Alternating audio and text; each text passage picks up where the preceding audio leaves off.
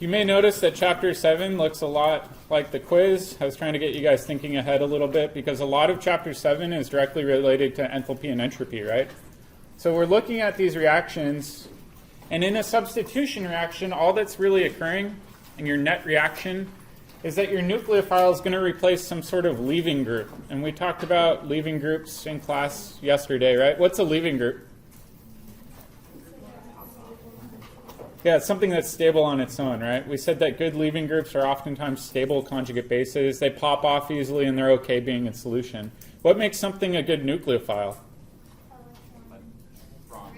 Yeah, it's electron rich, right? So we've got a nucleophile that's replacing this leaving group. The nucleophile we know is electron rich. The leaving group is stable on its own.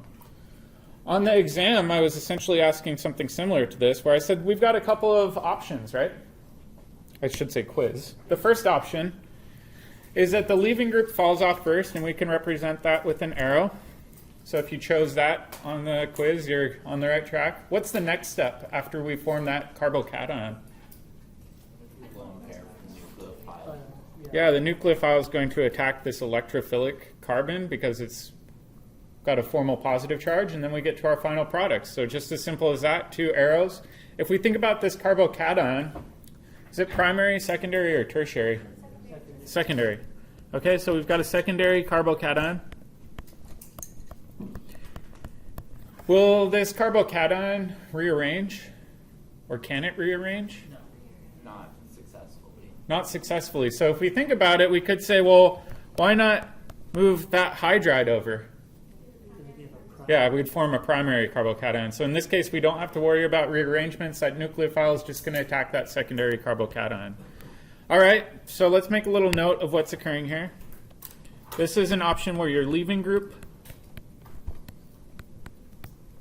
falls off first. Whoop.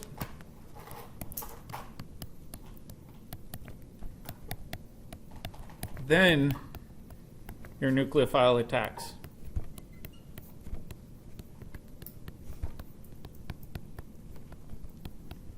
Okay, I think that's pretty good. Now what we need to do is come up with some sort of reaction coordinate diagram, pretty similar to what we were just working on. So I'll make a reaction coordinate diagram down here. And I've got Gibbs free energy on this side. I've got reaction progress on the x-axis. And let's go up, and I'm just going to label these. So up here, I'll label this as starting material.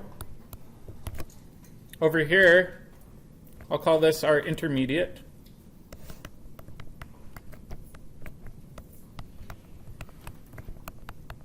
And I'll call these our products. So if we think about our reaction coordinate diagram, will it have 1 hump, 2 humps, 3 humps, multiple humps? 2. So if we think about it, right, we've got a starting material going to an intermediate, so that's 1 hump, and then an intermediate going to products, so that'd be a 2nd hump. Next thing we've got to determine is what's going to be more stable, our starting material or our intermediate? Starting material, absolutely. Our starting material doesn't have a carbocation, our intermediate does. So if we think about this, we can say, all right, our starting material, we could just put it down here.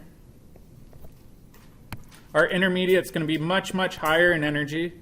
And our product, we don't really know exactly, but it's probably going to be lower in energy than that intermediate, right? If this is a spontaneous reaction, do you think it's going to be lower than our starting material? Yes. Yeah. So we can say, all right, our products will probably be maybe a little bit down here. Okay, so if we connect this, we know we've got 1 hump, and then we've got another hump going down here. So we've got a transition state. This transition state we know is always going to be at the top. We've got our first transition state. What do you think that transition state will look like? Intermediate. Yeah, it's going to be halfway between that leaving group being covalently bonded and falling off, right? So we could represent that with a dash bond. And then in this well, we form our intermediates.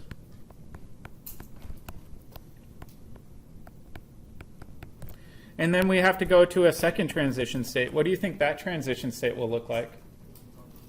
It'll look like the intermediate, and in this case, it'll be the nucleophile forming half of a bond, essentially, with that carbocation. All right, just like on the exam, or I keep on saying exam. Sorry, it's not that high stakes. On the quiz, we have to identify our activation energies. So in this case, we've got one super big activation energy. It's right here. And then over here, we've got this little itty bitty guy. We'll call this our EA2 and this one our EA1. So what do you think is rate limiting here?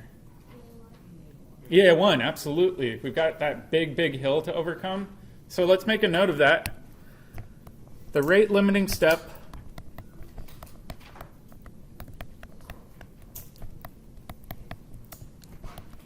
involves the leaving group falling off.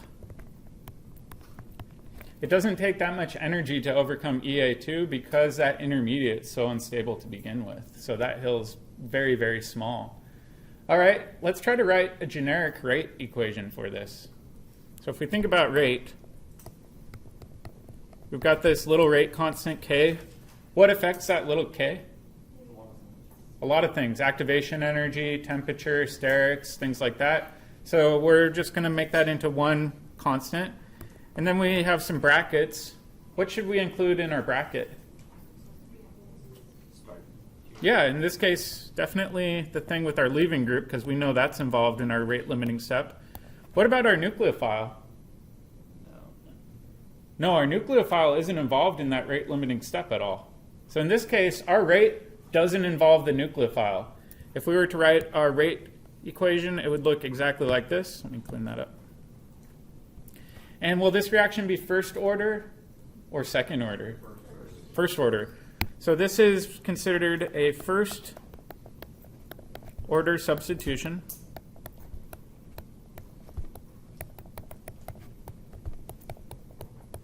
And what we refer to this is as an SN1 reaction. So substitution, the 1 indicates first order. This is a very unique type of substitution reaction, but it's different from our other option, and the other option you guys saw in your quiz. So let's take a look at option 2. Option 2 just involves a one-step reaction. So in this case, our nucleophile can do what?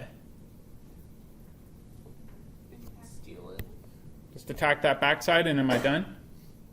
They let themselves go. Yeah, we want to kick off this leaving group. So this option involves 2 arrows, one where the nucleophile attacks that carbon attached to our leaving group, and the second arrow involves that covalent bond dumping off onto the leaving group. So let's do the same thing that we did before. Let's try to briefly summarize this. So the nucleophile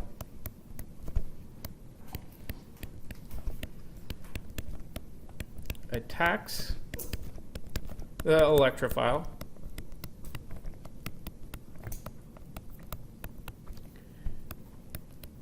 And shoves off the leaving group.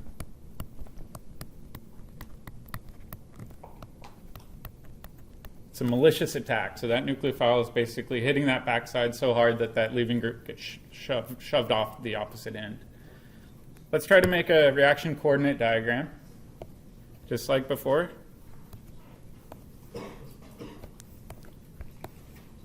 So we've got reaction down here.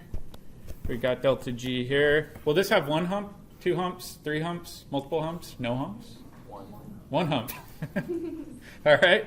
If this is spontaneous, that means that our starting material will be higher in energy than our products. So I'll just label this starting material and products. We don't have any intermediates in this case, right? So we won't have any intermediate well.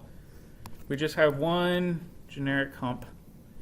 And in this case, our activation energy can easily be defined as EA. And we go through this transition state. What do you think is going on at the transition state? The NU attacks it. Probably forms a complex. Yeah, if we think about the bonds being made and broken, we're making a bond between that carbon and our nucleophile, and we're breaking that bond between the carbon and our leaving group, right?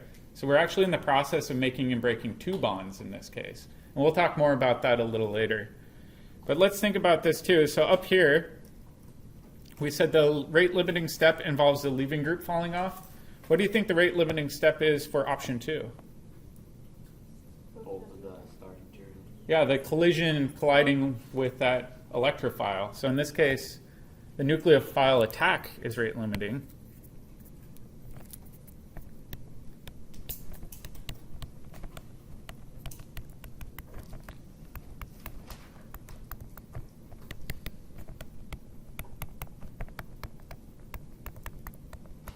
And let's come up with a rate equation for this. So in this case, we've got rate equals our little k. We've got our electrophile, which is involved. And is that it? Nucleophile. The nucleophile. We know that the collision of the nucleophile with our electrophile is important in this example. So will this be first or second order? Second order. So if we think about this, up here we said this one's a first order substitution, so it's SN1. This one will likely be called what then? SN2. Yeah.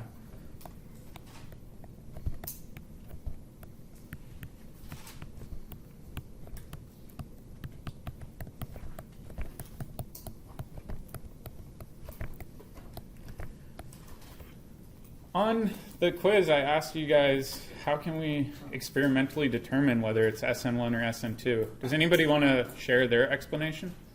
What do you think? I was just saying you can try to run it and see if there's any intermediates you can isolate. Yeah, you could run it and see if there's any intermediates you can isolate. It's probably going to be pretty challenging to isolate a carbocation because it's very high in energy, but I completely agree with you. If you could trap that carbocation, you've got direct evidence that it's going through an SN1 reaction, not an SN2. Does anybody have another explanation? Althea? Can increase concentrations of one, say your nucleophile, and see if the rate constant, or not the rate constant, the rate doubles? Or Yeah, exactly. So Althea was saying, in a first order substitution, if we double the concentration of our nucleophile, it should have zero effect on our rate. However, if we go to option 2, if we double the concentration of our nucleophile, we're also going to double our rate. So it's a really simple experimental way to determine what sort of mechanism is occurring, whether or not the nucleophile is attacking your electrophile and kicking off your leaving group in one step, or whether it's 2 steps that involves your leaving group falling off first and then your nucleophile attacking. It seems trivial, but it's really important. I know I think it's important at least. Hopefully you guys do too. So let's talk about this, and actually let's make a little note too. If you double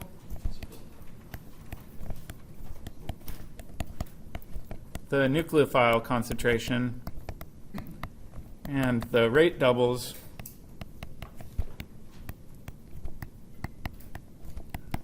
the reaction is SN2.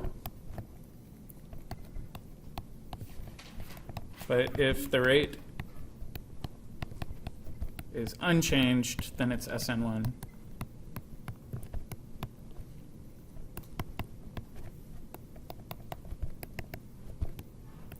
So that's the basic behind substitution reactions.